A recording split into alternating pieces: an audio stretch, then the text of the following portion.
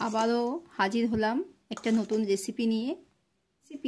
সুজির নরম তুলতুলে রসভরি পিঠা, যে পিঠাটা কিনা মুখে দিলেই মিলিয়ে যাবে। শীতের দিনে এমন পিঠার রেসিপি একবার খেলে বারবার খেতে মন চাইবে। খুব কম সময়ে আপনারা এটা ঝটপট বানিয়ে নিতে পারেন। পুরো ভিডিওটা দেখুন, স্কিপ করবেন না। স্কিপ করলে অনেক কিছু বাতিল করে যাবে, ঠিকমতো বানাতে পারবেন না। আপনারা দেখছেন Sadia's kitchen with village food. আর ভালো লাগলে লাইক, কমেন্ট, শেয়ার, সাবস্ক্রাইব করতে ভুলবেন না। চলুন একটা পিঠা আপনাদেরকে কেটে শেয়ার করে দেখাচ্ছি। একটা পিঠা আপনাদের সাথে কেটে শেয়ার করব।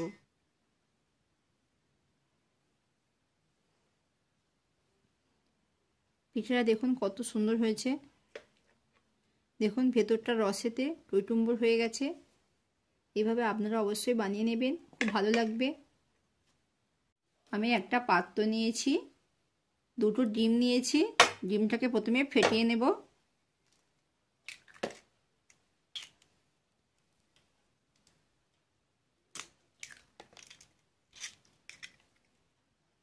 এবার ডিমটাকে ভালো করে ফেটিয়ে নেব।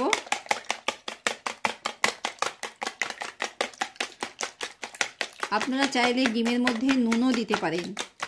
যদি আপনারা লবণটা পছন্দ করেন মিষ্টি খাবারে, তাহলে লবণটাও দিতে পারেন।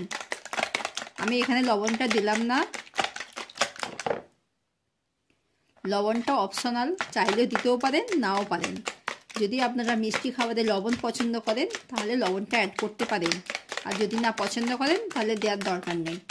এটাকে ভালো করে ফেটিয়ে নেব। আমি এখানে সুজি নিয়েছি, এবার অল্প অল্প করে দেব। অল্প করে দিয়ে একটা ব্যাটার তৈরি করে নেব। আবারও দিলাম।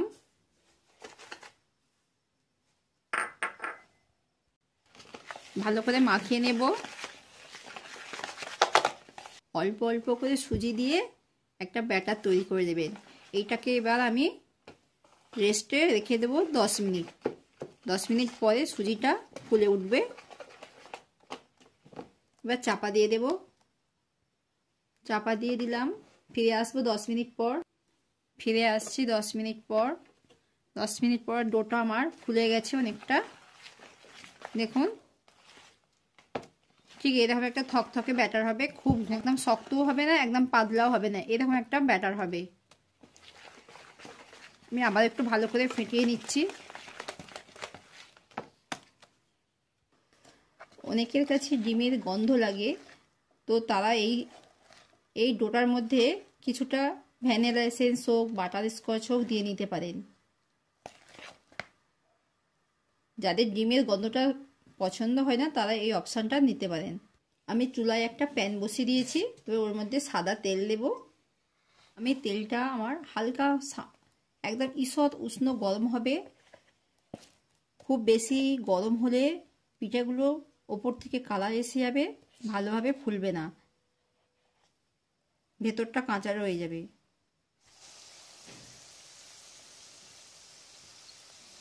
একদম গ্যাসের ফ্লেমটাকে লোয়ে রেখে ভাজবেন। দেখুন আমার দেওয়ার সাথে সাথে এই পিঠেগুলো কত সুন্দর ফুলে উঠেছে।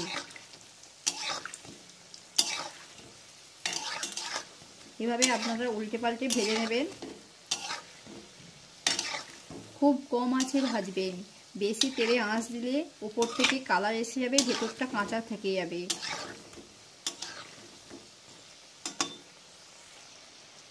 আমার সুজিটা ভাজা হয়ে গেছে। এবার আমি তুলে নেব। দেখুন সুজির কালারটা আমার চেঞ্জ হয়ে গেছে একটু। এবার আমি তুলে নেব। আমি আবারও দিয়ে দিলাম। এভাবে আপনারা সবগুলোকে ভেজে নেবেন। সবগুলো আবারও ভাজা হয়ে গেছে, তুলে নেব। আমি দুটো ডিম আর 1 বাটি সুজি দিয়ে এতগুলো পিঠা বানিয়ে নিয়েছি। আমি এখানে 500 গ্রাম লিকুইড দুধ নিয়েছি। দুধটাকে গরম করে রেখেছিলাম, আগে থেকে ফুটিয়ে জাল করে নিয়েছিলাম। সেটাকে আমি গরম করতে বসিয়ে দিয়েছি। ওই দুধের মধ্যে আমি দুটো এলাচকে ফাটিয়ে দিয়ে দেব। এলাচটাকে দিয়ে দিলাম দুধের মধ্যে। ওই লিকুইড দুধের মধ্যে আমি আরও 2 টেবিল চামচ পাউডার দুধ দিলাম। ভালো করে গুলিয়ে নেবেন। আমি দুধের মধ্যে 5 টেবিল চামচ চিনি দিলাম। মিষ্টিটা আপনারা আপনাদের স্বাদ মতো দেবেন, মিষ্টিটা কম বেশি করে নেবেন। চিনিটা দিয়ে আমি একবার নেড়ে দেব। দুধটাকে জাল করে বেশি ঘন করবেন না।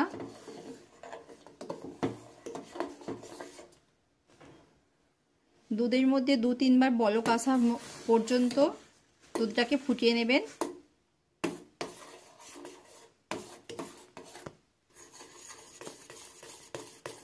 চিনিটাও আমার গলে গেছে, দেখুন আমার দুধটা আর বলক এসে গেছে, ভালো করে ফুটে গেছে আর চিনিটাও গলে গেছে। এবার এটাকে আমি দুধটা খুব ছোট জায়গায় আছে, একটু বড় জায়গায় দেব। এটাকে অন্য পাত্রে ঢেলে নিলাম।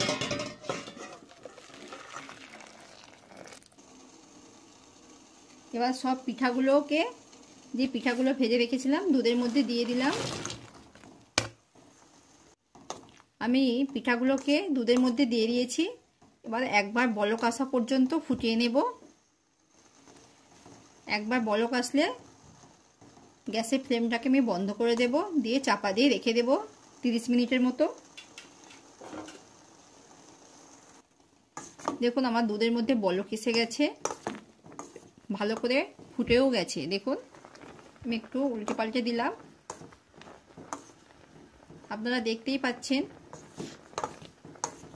আমার পিঠাগুলো সব ফুলতে আরম্ভ করেছে। 30 মিনিট পরে পিঠাগুলো পুরো ফুলে দুধটাকে শুষে নেবে। আমি গ্যাসের ফ্লেমটাকে বন্ধ করে দিলাম, চাপা দিয়ে রেখে দেব। গ্যাসের ফ্লেমটা বন্ধ করে দিয়েছি, এবার চাপা দিয়ে 30 মিনিট রেখে দেব। ফিরে এলাম 30 মিনিট পর।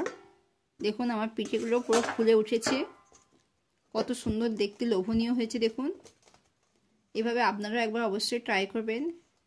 আর রেসিপিটা ভালো লাগলে লাইক, কমেন্ট, শেয়ার, সাবস্ক্রাইব করবেন। নতুন দর্শকরা যারা এসেছেন আমার চ্যানেলটাকে সাবস্ক্রাইব করার অনুরোধ রইল।